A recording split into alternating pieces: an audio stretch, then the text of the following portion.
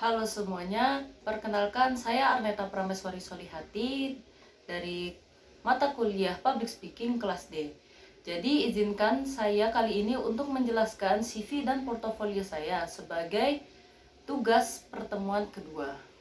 Baik, yang pertama saya akan menjelaskan CV saya terlebih dahulu. Seperti yang bisa kita lihat bersama, kita baca profil saya seorang mahasiswa Ilmu Komunikasi semester 5 angkatan 2023. Jadi, saya menulis dengan sederhana profil saya, yaitu seorang mahasiswa berumur 21 tahun jurusan Ilmu Komunikasi yang memang tertarik dengan dunia kepenulisan dan sastra.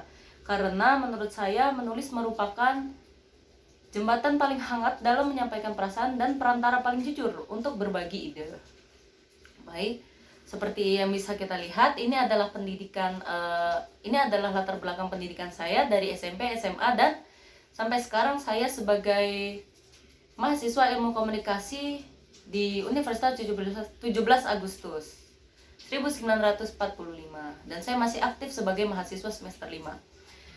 Baik, selanjutnya saya bisa menjelaskan hobi saya itu memasak, membaca buku, dan menulis atau mengarang bebas. Nah, hobi saya ini berhubungan dengan nanti portofolio yang akan saya jelaskan di kesempatan selanjutnya.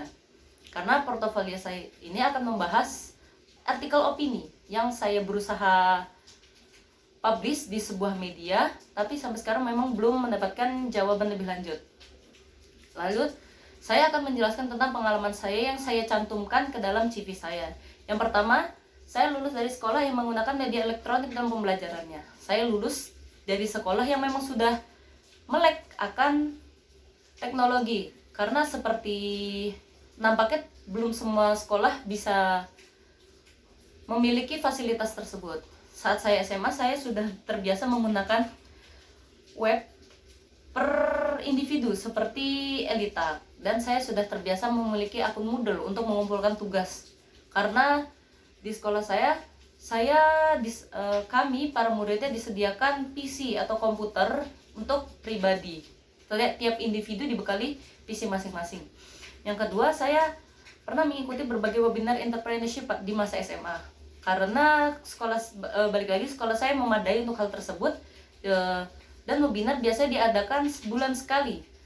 Berbagai hal dibahas, tapi paling sering atau paling biasa topik yang diangkat adalah tentang entrepreneurship, yang berusaha membekali siswa-siswanya untuk ke jenjang selanjutnya setelah menempuh pendidikan di SMA.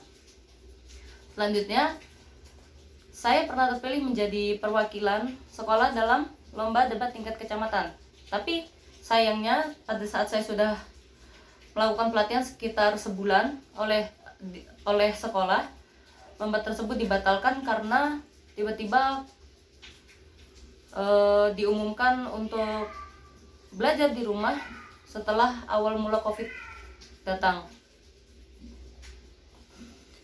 Selanjutnya, saya pernah mengikuti kursus bahasa Inggris di Pare, dan itu saya sudah mendapatkan sertifikasi lulus dari kursus tersebut. Saya mengikuti program cepat yang memang menjadi bukti bahwa saya bisa bahasa Inggris basic bahasa Inggris yang cukup baik.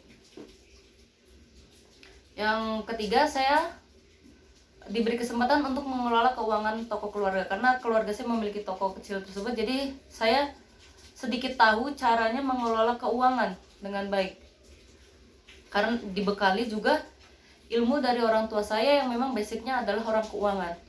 Selanjutnya, saya akan menjelaskan tentang portofolio saya, yaitu artikel yang berusaha saya sudah saya kumpulkan, sudah saya kirim melalui email ke beberapa media, tapi memang belum dapat jawaban. Tapi saya akan sedikit menjelaskan apa yang saya tulis. Mungkin ini hanya sekedar artikel opini biasa. Pada awalnya saya menulis ini karena memang pada hari saya menulis itu bertepatan pada hari ulang tahun Indonesia, yaitu pada tanggal 17 Agustus. Jadi saat mendengar kata kemerdekaan, saya berusaha mencari arti kemerdekaan dari sudut pandang lain. Karena pada hari itu semua orang sibuk merayakan hari kemerdekaan bangsa kita ini, bangsa Indonesia. Saya berusaha mencari point of view lain. Sebenarnya apakah itu kemerdekaan? Apakah merdeka itu bisa diraih bagi individu? Karena selama ini kita tahu merdeka itu hanya sekedar milik bangsa atau bisa diraih suatu bangsa. Sebenarnya pengertiannya tidak hanya sesempit itu. Saya berusaha mengulasnya lebih lanjut. Seperti yang saya tuliskan dengan judul memperingati Hari Kemerdekaan Bangsa. Sudahkah kita benar-benar merdeka atas diri kita sendiri? Jadi artikel ini membahas tentang sudut pandang kemerdekaan bagi individu. Akhirnya untuk mengulik sebenarnya arti kemerdekaan bagi individu itu apa, saya mengutip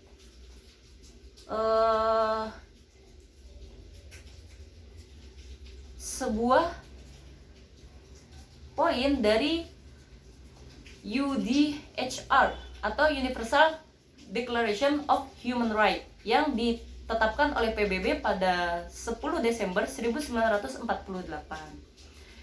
Nah, dalam poin pertama yang dimasukkan PBB dalam UDHR ini ternyata juga selaras dengan Undang-Undang 1945 pasal 28A yang berbunyi setiap orang berhak untuk hidup serta mempertahankan hidup dan kehidupannya. Nah, hasil dari tulisan ini menelaah lebih lanjut dari izin hidup itu seperti apa. Saya juga mengutip beberapa kesimpulan dari beberapa filsuf seperti Jean-Paul Sartre.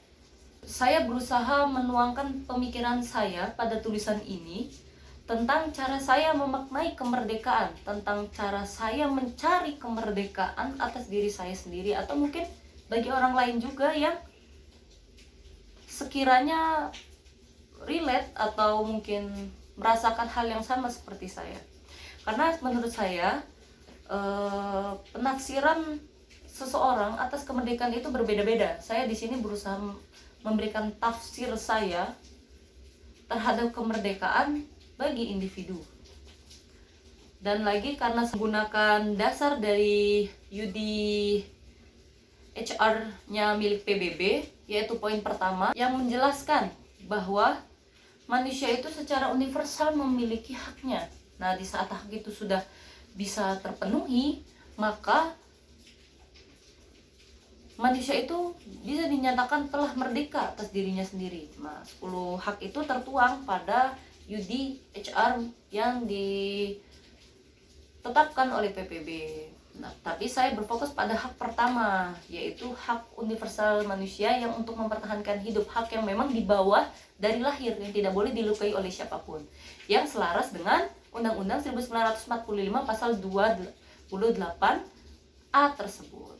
Hak paling mendasar. Saya berusaha mencari inti dari kemerdekaan itu apa sebenarnya. Di saat kita belum bisa merdeka, di saat kita belum bisa meraih hak kita hak universal kita sebagai manusia saja, bagaimana kita bisa meraih, bisa menggapai, bisa memiliki hak yang lainnya seperti hak beragama, hak memilih pekerjaan, atau hak-hak lainnya, hak cara menjalani hidup yang lain-lainnya. Maka saya menyoroti hak pertama kita sebagai manusia paling inti, yaitu hak untuk menjalani hidup, memilih cara menjalani hidup, memilih cara kita menjalani kehidupan, melanjutkan kehidupan itu seperti apa. Itu saya tuangkan di dalam artikel opini saya. Cukup sekian penjelasan CV dan portofolio saya. Apabila ada salah, saya mohon maaf yang sebesar-besarnya. Akhir kata, terima kasih.